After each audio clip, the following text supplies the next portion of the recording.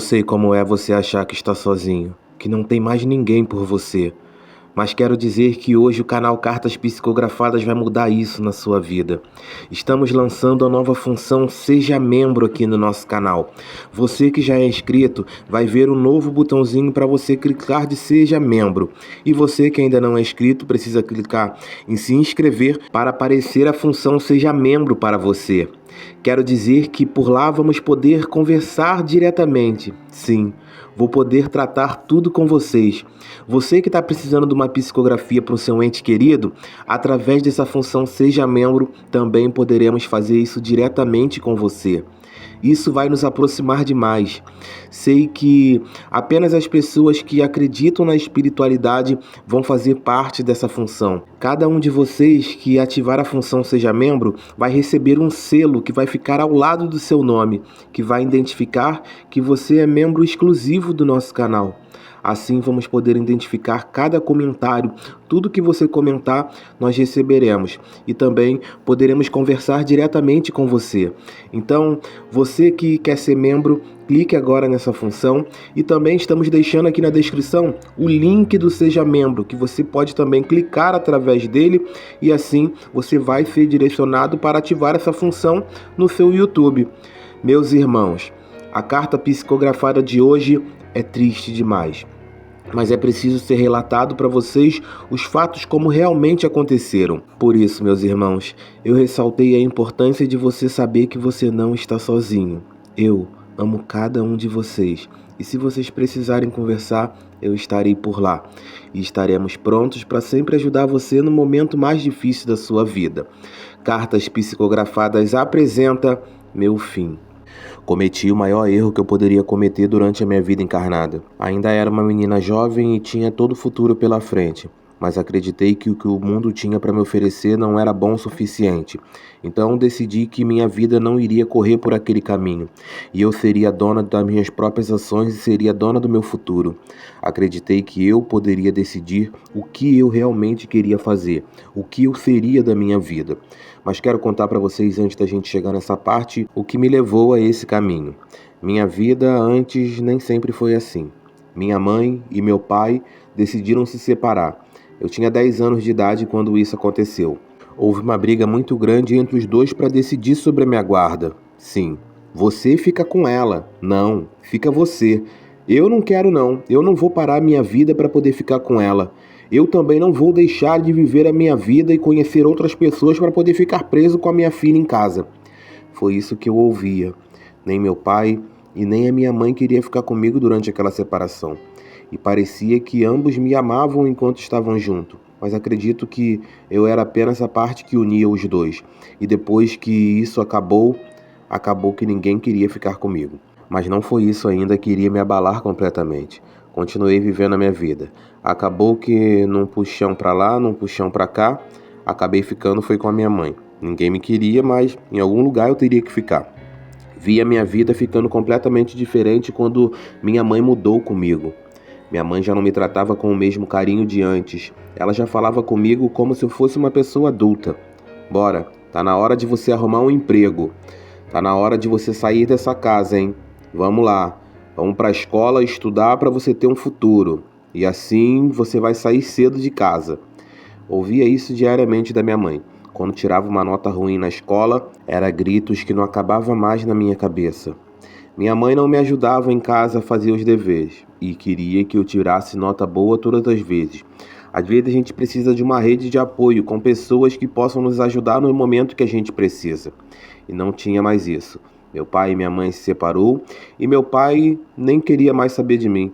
Acho que essa foi a última vez que eu vi o meu pai, no dia da separação deles. E eu não entendia por quê. Eu não era diferente de ninguém. Eu era uma boa menina, sempre me comportei. Não entendia o porquê o meu pai não me queria. Não entendia porque a minha mãe não ligava mais para mim. Será que fiz algo de errado? Eu parei e pensei por isso várias vezes e cheguei à conclusão que não, que o erro não estava em mim, estava neles. E isso me tranquilizou um pouco. Lembro que comecei uma amizade com uma menina. O nome dela era Camila. Éramos muito amigas, vivíamos juntas na escola, mas não podíamos sair juntos. Minha mãe proibia qualquer tipo de coisa que eu fizesse fora de casa. Só podia sair quando era para a escola. Então eu vivia numa prisão. Lembro-me que Camila um dia foi na minha casa me visitar. Minha mãe ainda estava no trabalho. Mamãe chegou um pouco mais cedo e encontrou Camila lá em casa. Começou a gritar. Perguntou quem foi que permitiu que trouxesse essa garota para dentro da sua casa. Eu disse que era minha amiga e não estava fazendo nada demais. Estávamos apenas brincando. Minha mãe se tornou uma pessoa diferente naquele momento. Eu vi ódio no seu rosto. Mamãe expulsou a minha amiga de casa e a nossa relação acabou ficando um pouco estremecida. Eu via que ela quase nunca mais queria andar comigo. Perdi a única amiga que eu tinha, mas a minha infância foi assim, sozinha. E por esse motivo continuei a estudar. Como mamãe dizia, você precisa trabalhar para poder sair de casa. A primeira oportunidade que tive foi aos 16 anos de idade. Consegui o meu primeiro emprego. Trabalhava em uma padaria. Logo comecei a receber o meu salário. Não era muito, mas acredito que dava para pagar alguma coisinha. Consegui alugar um kitnet. Era apenas quarto, cozinha e banheiro. Não tinha sala, mas era o que o meu dinheiro podia pagar naquele primeiro momento. E olha, me senti muito bem. Lembro o dia que eu cheguei em casa e falei para minha mãe: estou indo embora de casa. Aluguei uma casa. Minha mãe virou para mim e disse: graças a Deus, já estava na hora. Saí de casa. Aquela foi a última vez que eu vi a minha mãe. Não nos encontraríamos novamente. Continuei trabalhando e também estudando. Queria ter um futuro melhor. Não queria trabalhar para sempre em uma padaria. Trabalhava ali para poder ter conseguido sair de casa. E isso já tinha me ajudado demais. Metade do caminho eu já tinha concluído, já havia saído de casa. Precisava terminar os meus estudos e ter um emprego melhor. Queria me formar. Estava com 17 anos de idade quando concluí os meus estudos e consegui um emprego melhor. Estava trabalhando de auxiliar de escritório. O salário era melhor do que na padaria, mas ainda não era o que eu queria. Queria conseguir alcançar objetivos maiores, mas não aconteceu. Já tinha 1 ano que eu estava trabalhando nessa empresa, quando entrou uma mulher muito bem vestida. Perguntou para mim: aonde está o Dr. Rogério? Disse a ela que iria procurar e já lhe informava. Tentei acionar alguns outros setores, mas não obtive resposta de onde ele estava. Informei a ela que provavelmente o Dr. Rogério já havia ido embora. Ela disse para mim que não, que ela tinha marcado horário com ele e que eu deveria procurá-lo até encontrá-lo. Disse para ela que eu não poderia sair dali, que eu só poderia tentar contato através do telefone com outros setores para saber onde ele estava, já que na sua sala ele não se encontrava. Ela olhou para mim e disse: você tem que ir agora, sua serviçal. Disse para ela que não precisava ela ser arrogante dessa maneira. Foi quando ela começou a desferir várias palavras contra mim, me chamando de negra, macaca, preta, suja. Isso me feriu demais. Foi a primeira vez que eu conheci o racismo. Aquela mulher falou tantas palavras para mim que eu me senti um lixo. Fui para minha casa naquele dia e, sentada sozinha, comecei a imaginar o que eu fiz de errado. Por que as pessoas têm tanta raiva de mim? Minha mãe, meu pai não me quiseram mais e hoje ela agiu dessa maneira comigo. Por quê? Eu tento me esforçar tanto para poder ser alguém e é isso que eu recebo. Achei que tinha sido um caso isolado. Aconteceu novamente depois de algum tempo. Acho que realmente o problema era eu. Eu não sei o que havia feito de errado, mas estava errando. As pessoas me julgavam, me criticavam. Eu nunca era boa o bastante. Não sei se pelo meu tom de pele, mas acredito que a gente precisa se destacar muito mais do que os outros por a gente ser negro. Acho que isso não deveria existir. Me lembro que acabei sentada em casa, peguei um caderno, comecei a escrever. Decidi que iria escrever uma carta para minha mãe. E hoje quero narrar para vocês o que realmente eu escrevi naquela carta. Mamãe, quero dizer a você que eu não sei em qual momento da minha vida eu errei que você ficou dessa maneira comigo. Quero pedir perdão. Essa vida tem sido muito ingrata comigo.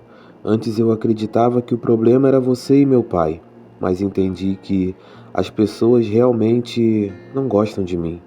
Não entendia o porquê vocês tinham se separado, mas acredito que também tenha sido por causa de mim. Acho que fui responsável pelas piores coisas que aconteceram na nossa vida. Mãe, quero pedir perdão à senhora e dizer que eu a amo. Amo você, amo o papai. Eu espero que vocês leiam essa carta com muito carinho. Quero que vocês saibam que, quando vocês estiverem lendo essa carta, significa que eu não estarei mais aqui. Não estarei mais dando problemas para vocês. Eu nunca tive uma vontade própria. E hoje, pela primeira vez, eu vou tomar a minha decisão sozinha. Hoje é o dia da minha morte. É o dia que eu escolhi para morrer. Mãe, pai, obrigado por tudo que vocês fizeram por mim. Sei que vocês deram o seu melhor. Talvez o seu melhor não tenha sido o suficiente para mim, mas quem sou eu para poder falar alguma coisa? Obrigado por tudo. Beijos de sua filha, Poliana Silveira. Logo depois de escrever essa carta, encontrei com João. Era um menino que morava próximo à minha casa. A gente dava um trocado para ele e ele fazia o que a gente pedia. Pedi para ele levar na casa de minha mãe aquela carta. Dei a ele R$ 30 para fazer isso. Ele, muito contente, foi até lá. Era tudo que eu tinha, apenas R$ 30. Se eu tivesse 1.000, eu teria dado a ele. Afinal, eu não precisaria mais de dinheiro. E ele levou. Dentro de minha casa, peguei uma corda. Já havia planejado tudo. Já havia amarrado e pendurei no meu pescoço. Subi naquela cadeira e derrubei a cadeira. Foi uma agonia tremenda. Aquela corda apertando no meu pescoço e o arrependimento veio na hora. Tentei me salvar. Tentei puxar aquela corda e tirar do meu pescoço, mas não conseguia. Tentava implorar que alguém me ajudasse, mas não conseguia emitir nenhum som. Acho que era o fim. E foi isso que aconteceu. Desencarnei ali. O momento mais difícil para mim foi ficar presa dentro daquela casa. Desencarnei, mas continuei viva. Continuei presa dentro daquela casa. Não conseguia sair. Não sei o que tinha acontecido. Não sabia o que havia dado de errado. Achei que tinha virado um fantasma. Eu tinha visto isso em alguns filmes. Acho que virei um fantasma. Estou presa aqui. Fiquei com muito medo. Implorei por ajuda. A ajuda nunca chegava. Me lembro que, depois de um tempo, fui levada. Fui para o umbral, exatamente para o Vale dos Suicidas. É para lá que mandam todos os espíritos que acabam tirando a própria vida na Terra. Sofri muito. Acho que não tinha passado metade na Terra do que eu havia passado aqui. A minha vida se tornou um caos. Tudo estava muito difícil para mim. Eu morri e continuei viva. Estava sofrendo mais do que estava sofrendo na Terra. Queria voltar. Queria fechar meus olhos e acreditar que aquilo era um sonho. E batalhar todos os dias para ter um futuro melhor. Eu desisti. Fui fraca. Dei fim à minha vida. Acho que todos os anos que passei no umbral poderia ter passado na Terra. Foi apenas sofrimento e dor. E ver o sofrimento e a dor daqueles outros espíritos que ali chegavam também, parecia que era um tormento eterno, que aquilo nunca iria acabar. Sofri na Terra, sofri após a minha morte, não sabia mais aonde tinha espaço para mim poder sofrer. A minha vida foi toda baseada em sofrimento, tanto encarnada quanto desencarnada. Estava cansada daquilo, havia desistido de tudo. Só queria pedir perdão a Deus por ter tirado a minha vida e queria descansar. Pedi perdão a Deus. Não clamei por um resgate, só pedi perdão. E fui resgatada. Aqueles bons espíritos me levaram, me auxiliaram. Me levaram para uma ala de recuperação, onde fiquei um longo período também. Precisava me libertar da minha dor espiritual que eu havia sentido. Foram tanto tempo de sofrimento. Eu não conhecia mais o amor. O único sentimento que eu conhecia era de dor. Ver todo aquele sofrimento e passar por ele também. Que além de sofrer, eu ainda vi o sofrimento alheio. Entendi que a minha vida não era tão ruim no plano carnal. Eu apenas precisava entender que aquilo ali é a vida na Terra. A gente vai passar por momentos ruins, momentos bons, e assim a gente vai sempre se equilibrando numa balança. Não existe só felicidade, não existe só tristeza. A vida é composta de momentos bons e ruins, e assim a gente vai vivendo. Hoje entendo. Estou vivendo numa colônia espiritual aonde existe amor, compaixão e muito ensinamento. A vida continuou para mim. Achei que após a minha morte tudo chegaria ao fim. Hoje, mesmo depois da carta que escrevi à minha mãe, quero pedir perdão mais uma vez. E também pedir perdão a vocês, meus irmãos. Você que está no centro espírita nesse momento, vendo e ouvindo o meu relato. Quero pedir perdão, porque eu fui fraca. Perdoe a sua irmã, que deixou o plano carnal e retornou para o plano espiritual. A vida continuou para mim e espero que vocês aproveitem cada segundo aí. E eu espero ter uma nova oportunidade, quem sabe um dia.